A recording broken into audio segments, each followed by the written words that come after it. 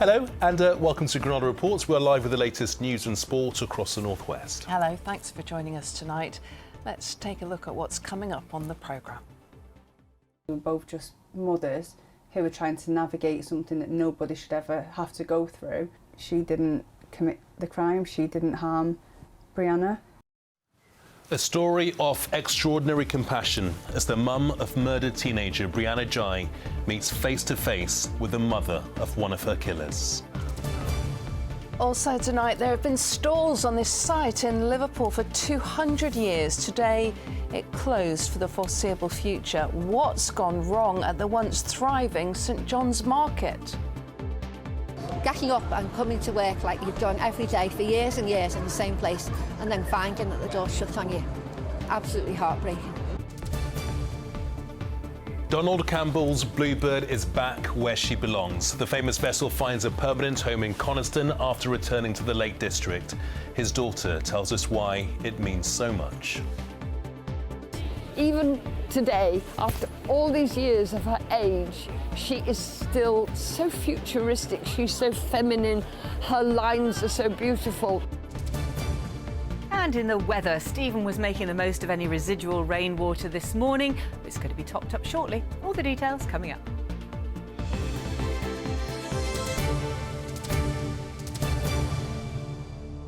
So please do stay with us. But first, the face-to-face meeting that Esther Ghey has held with the mother of one of her daughter Brianna's killers. Brianna was stabbed to death in Warrington by two teenagers, Scarlett Jenkinson and Eddie Ratcliffe. Both of them are now serving life sentences for murder. Well, Esther Ghey spoke to Scarlett's mother about supporting her campaign to improve teens' online welfare and mental health. Esther described it as an emotional meeting and said Scarlett's mother had lost a child too. Anna Yosef reports.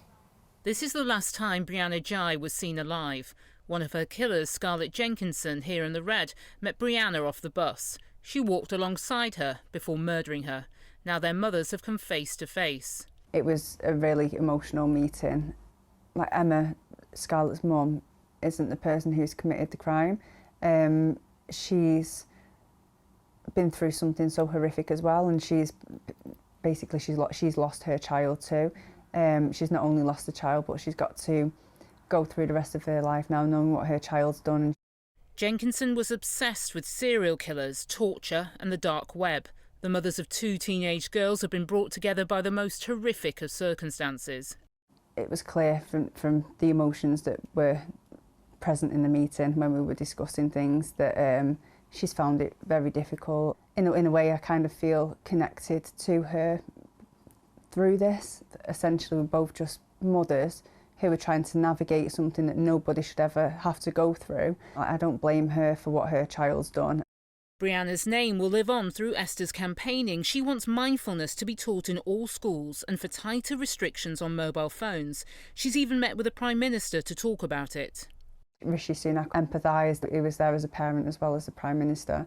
We're not going to change the world in one meeting, and I think that I need to keep those communications open and keep pushing as well for what we want. And someone else who supports her campaign is her daughter's killer's mother. I'm hoping that in the future there'll be some way of us working together, even if that's just her coming over to the office and helping me out with a few admin things. I don't have any hatred towards her because she didn't commit the crime, she didn't harm Brianna. Like it was her daughter that did it, and I don't have them hard feelings to her at all. She hopes the meeting was the first of many. I'm really glad that I did it. It was something that's been on my mind for a long time. I really admire her the respect that she had for me, and her bravery as well for coming to see me in the first place. In times like these, you need to show unity and you need to be compassionate and care for each other, and just understand that it's not only you that's hurting or going through something. It's like I say, it's that ripple effect, and what's happened has affected lots of other people. It's not only me. Anna Yosef, ITV News. Well, moving on to other news tonight, and the police officer who led the response in the control room on the night of the Manchester Arena bombing will face a disciplinary hearing. The police watchdog says Chief Inspector Dale Sexton, who is now retired, will face internal proceedings looking into his actions on the night of the attack in May 2017.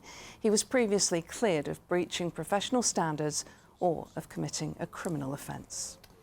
3 people have been taken to hospital after a suspected stabbing in Bury Town Centre. An air ambulance was called to the scene near Bury Market and Millgate Shopping Centre. Greater Manchester Police say the injuries are non-life-threatening. An investigation's underway in Bolton after a police chase led to a crash that injured several people. It happened in the Bury Road area around 8:30 last night. 5 people were treated at the scene while others were taken to hospital with serious injuries. Coronation Street star William Roach has been given 3 months to settle a tax debt at a specialist hearing in London today. The 91-year-old actor, seen here collecting his OBE from the King, plays Ken Barlow and did not appear at the hearing. The amount he owes wasn't disclosed in court, but he was granted an adjournment to allow for him to sell a property. Well, to Liverpool next, and closed for the foreseeable future. This morning, that was the news that met shocked stall holders at St John's Indoor Market. Yeah, while the shopping centre will remain open, the market hall, which has been a fixture of the city centre for the past 200 years, now has a very uncertain future. Yeah, dozens of small traders have been told that they can only collect their stock by arrangement with the council. And while the announcement caught many by surprise, it seems it may not have come completely out of the blue. Well, Mel Barham joins us from outside St John's. And Mel, tell us about what's happened. Well, there is a lot of anger here tonight, Gamal. This is a market with a really long, rich history. 200 years it's been running here in Liverpool, but traders turned up this morning to this notice on the door telling them that the market was closed with immediate effect. Now, Liverpool Council say this is all because of unpaid debts. They say all but one of these traders owes them rent and service charges dating back to August 2020. But earlier we spoke to the chaplain at this place that says this isn't just a market, this is a vital community support. Well, of course, a lot of this community that come are elderly. They won't have seen news at the last minute, and they will probably still keep turning up. And I'm sure they will be heartbroken. The market means something to people here, especially to those people who, they're lonely, the mental health problems. I could write a book, but now they won't have that opportunity. Well, a few of the traders are here tonight, and we can speak to one of them. Colin, your family has been trading here since the 1960s. Just tell us your reaction when you came to work this morning. Absolute shock and horror. And there's around about 250 of us trying to get in the doors. And obviously we were, within a very short time, trying to work out what future we had, what jobs we had, and how we were going to earn any money. Now, the council say that as a collective you owe them £1.7 million. Why have you not been paying the rent? Oh, that's a complete fallacy. Those numbers are completely made up. The market is on a peppercorn rent, so it cost them a peppercorn a year. But in 2017, Joe Anderson told us we were going to be on free rent until the footfall was viable for the market. At the time, 15,000 was deemed to be viable for a market of this size. And the footfall at the moment is about 4,000. So we've offered 35% of the rent and service charge. We've offered that 4 times and been denied or ignored.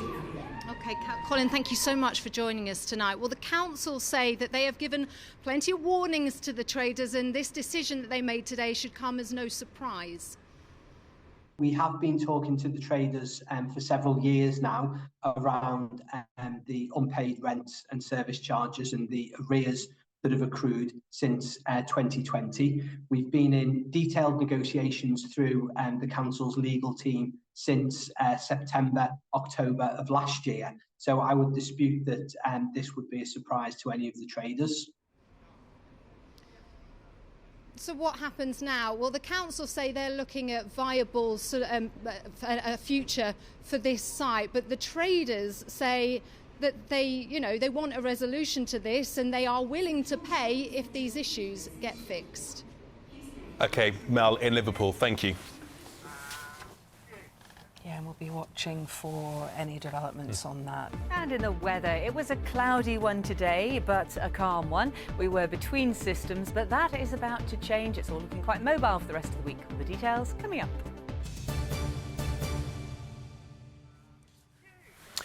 Before that, though, we are marking a historic day for the Lake District with the welcome return of the iconic Bluebird hydroplane.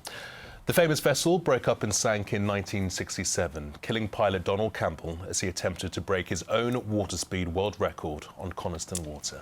Yeah, you'll remember that we have talked about this many times on the programme. The Bluebird K7 has been restored. It's now back at its original home, maybe spiritual home in the village of Coniston.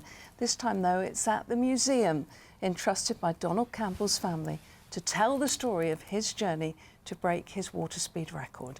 Jennifer Buck joins us from there now. So, Jen, Bluebird is home where it belongs.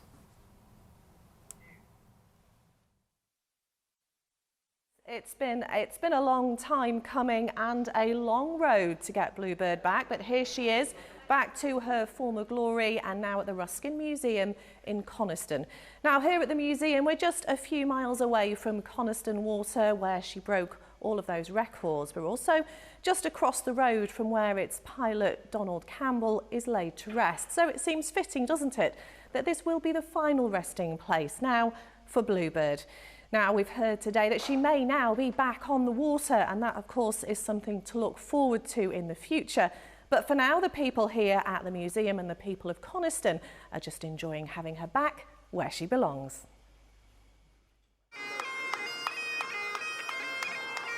The long journey home is finally complete for Bluebird K7. A lone piper heralded its return to Coniston. Crowds gathered as the hydroplane wound its way through the streets at the weekend, just a few miles from where it made history. So I feel emotionally connected to it. It's like in your DNA if you come from Coniston. She's where she belongs. It's very emotional. On the 4th of January 1967, Donald Campbell reached 297 miles an hour on Bluebird. That day, he died on the return journey, trying to break his own water speed record. Bluebird flipped over and quickly sank to the bottom of Coniston Water. That's where it stayed for 34 years until Bill Smith, a diving expert from the North East, salvaged the wreck. In 2001, Donald Campbell was finally laid to rest in Coniston. Restoration started the same year, and so did a bitter legal dispute about the ownership of Bluebird. It reached a point where we just felt we're beating our heads against the wall, so we'll hand the baton over. They can take the fantastic legacy the team have created and see what they can do with it. It took years, but according to the family's wishes, Bluebird, now fully restored, made a proud return to Coniston. It's for him up there and for my dad who's laying down there. That's who it's for. Even today, after all these years of her age, she is still so futuristic, she's so feminine, her lines are so beautiful. So those little boys who are now of a certain age get to come and see the boat they wished they'd seen when they were 6 or 8 or 10. And for me, I just get to see my granddad's mate's toy come through the village. It's been described as its spiritual home. Bluebird now takes pride of place in the Ruskin Museum, and the public can come and see it next week. Visitors to the museum can really get up close and see the amount of work that's gone into this restoration, as well as some of the parts of the Bluebird that were simply too damaged to be repaired, like its original engine. But the plan now is to fit a new engine that's already here at the museum and get the Bluebird back out on Coniston Water. For the next couple of months, obviously, people want to come and see her. You know, we've waited a long time for her to be in here, so we want people to just come and appreciate her as she is. We'll see about getting the engine fitted, and we will talk to the National Park. We'll see about everything that we need to do to get her running. This wing's been open since 2010, so we've just been missing the main event, really. There's been a blueprint on the floor for the past nearly 14 years. We've got the real thing now, but it will just... a lot of people will know probably more about Coniston now and know about Donald's story. Then going into the museum where she should be resting for a while before she is then thought about going back on the lake. resting close to my dad for everybody to enjoy. Not just the favoured few, but for everybody to enjoy. It could be the final journey for Bluebird. It once reached nearly 300 miles an hour. While it will never see those speeds again, its story and that of its pilot will always live on here. Jennifer Buck, ITV News in Coniston. Yeah, some really moving scenes there. That's the story, of course, of the wonderful Bluebird. But what about the pilot who had such incredible faith in his project? Yeah, Donald Campbell was a daredevil figure of the 1950s and 60s, a national hero who pushed the boundaries of technology in his quest to set new records. Well, tonight we take a look back at his life, and Paul Crone speaks to a family friend who witnessed that crash which killed him.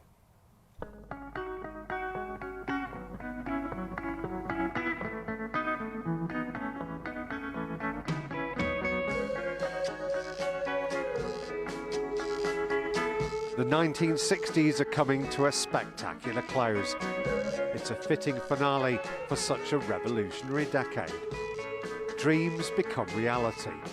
Man on the moon, supersonic travel, the world's fastest passenger ship. It's against this backdrop, one man was trying to set new heights for the world water speed record, on top of his land speed record, Donald Campbell. Well, you set your mind on an objective, and once you've set your mind on an objective, there is no turning back. None whatsoever. Charming, charismatic and patriotic, Donald Campbell was always destined to follow in his father's footsteps. Sir Malcolm Campbell, himself a world speed record holder on land and water. Another triumph for Britain in the international world of sport. Sir Malcolm Campbell raises his own water speed record by the amazing increase of 11 miles an hour. Anthony Robbie Robinson became a family friend of the Campbells and got to know Donald well, and was on Coniston Water the day the speed ace died in Bluebird. If he walked into a room, everybody stopped and looked at him. But he was also I always found him really genuine. I found him a really nice chap to get on with. In total, Donald set 7 water speed world records, including 4 on Coniston Water between 1955 and 1964. If you're not frightened, then you're probably going to kill yourself very rapidly. If you're too frightened, the result is the same anyway. This degree of tension is necessary because the adrenaline's pumping around the system and this is speeding up your reactions. He was brave, certainly, because, you know, every time he went out, when he was pushing for a new record, he knew that there was always the possibility that he wouldn't come back. In July 1964, he claimed the Land Speed Prize at Lake Eyre Salt Flats in Australia. 3 years later, he was at Coniston Water in the Lake District, trying to reach the mythical figure of 300 miles an hour in a craft already 11 years old. Donald was known for being very selfless, and when it came to breaking records with his team, it was always a case of should we do this rather than should I do this, but he knew ultimately he was the man behind the wheel, and what he did was inherently dangerous. A lot of people imply that it's a sort of death wish you've got. This is what you're doing. A lot of people sit on their behinds, don't they, and in the comfort of an armchair and watch television. But what do they know? Time and trends had moved on. Donald's years in the spotlight were fading, but his commitment and passion remained. If I was putting on a theatrical play and nobody wanted to roll up and watch it, I should be very worried. This isn't put on as a public entertainment. Donald died on January the 4th, 1967, on Coniston, as he had lived, trying to be the fastest man on Earth. Luck's an intangible thing. You can't describe it. It's completely abstract. And yet if you look back, or any of us look back over our lives, you will see odd little twists of fate, where good luck has saved a situation, where bad luck has brought disaster. He's buried in Coniston, and with Bluebird returning to its spiritual home, skipper and boat are finally reunited. Paul Crone, ITV News. What a remarkable man he was. Still no win for new Blackburn boss John Eustace, but they did register an important point in the Championship survival fight. They drew 1-1 with fellow strugglers Plymouth and now sit 3 points clear of the relegation zone. Elsewhere, Preston North End lost, but Bolton rescued a late 2-2 draw at Exeter in League One. Blackpool were also held to a draw. It was goalless in their game against Portsmouth. And it was the same scoreline for their neighbours, Fleetwood Town, at Stevenage. But Wigan Athletic are in the comfort of mid-table after beating Leyton Orient 1-0. Stockport County struck in injury time to beat Newport 1-0. They're second in League Two currently. Barrow are still in the playoff spots after their 2-0 win over Colchester. Crewe, Morecambe, Salford and Accrington all lost, but Tranmere managed a 1-1 draw at Gillingham.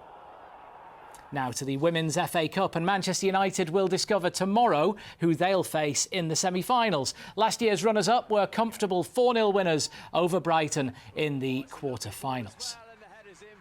In Rugby League, Wigan Warriors returned to the top of the Super League table in impressive style. The reigning champions are top with a game in hand after running in 10 tries at London, beating the Broncos by 60 points to 22.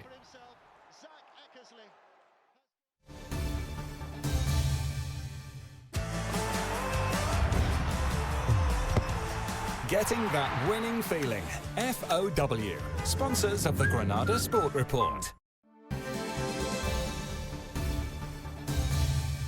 Finally, to the darts sensation who can't stop making headlines. Luke Littler, the 17-year-old from Warrington, has won the Belgian Open on his European Tour debut. He beat Rob Cross 8-7 in the final after scoring this 9-dart finish. He also hit the maximum 180 30 times during the competition, which is a European Tour record.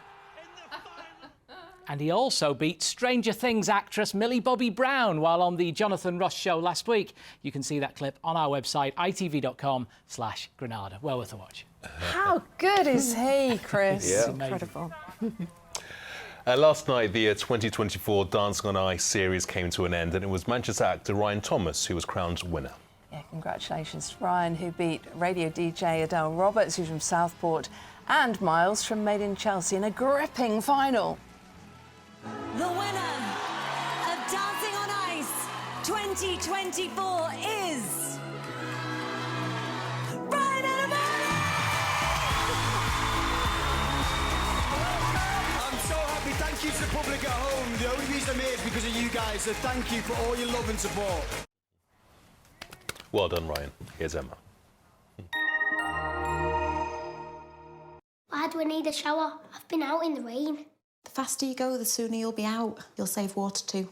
United Utilities sponsors ITV Granada Weather.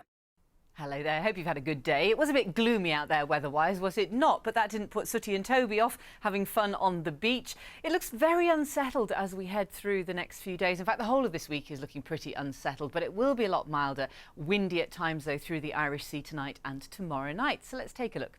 Today we were between systems, so quite a slack day with light winds, just a lot of low cloud trapped. And then tomorrow, some rain marching west to east. And on Wednesday, more rain pushing across as well. And there is a brief respite from time to time, but really just showery for the back end of the week too. But mild temperatures, they are increasing with a change in wind direction from Tuesday onwards. For the next few hours, however, a quiet start to the night, a dull evening, some mist and murkiness forming over the tops of the Pennines there. And then this system pushes some heavy outbreaks of rain across the Isle of Man, which will approach these western shores through the early hours of the morning and might just reach there by Tuesday morning first thing. Light winds inland, but you can see through the Irish Sea, gusts reaching maybe 40 miles an hour by the end of the night. The wind increasing through the Irish Sea and staying windy into tomorrow, but it will be frost-free overnight tonight, those temperatures holding up. Sun is up on Tuesday at 6:31 and sets at 6:10 in the afternoon. And it's going to be a very wet start to the day. We're expecting 15 to 25 millimetres of rainfall over the tops of the Pennines. We're keeping an eye on those rainfall totals because it has been very wet just recently. Behind that, as it clears away, some low cloud drizzle, mistiness and murkiness forming, as you can see, but much higher temperatures, feeling much milder. However, still windy through the Irish Sea with gusts around 30 miles an hour there. Then this system here is going to make for a wet and windy start to Wednesday. The wind easing later, but the rain pushes back northwards on Thursday. Bye-bye. United Utilities sponsors ITV Granada Weather. Take that rain away, Emma. I'm fed up with it. Ryan Thomas, wasn't he incredible? He's very, very good, isn't he? Are you good on the rink? Well, do you know what? I've gone back to it just recently, but I Good think for we you. might see you on Dancing on Ice. I would be useless. Absolutely not. It doesn't Bye-bye. make any difference, though. They'll still take.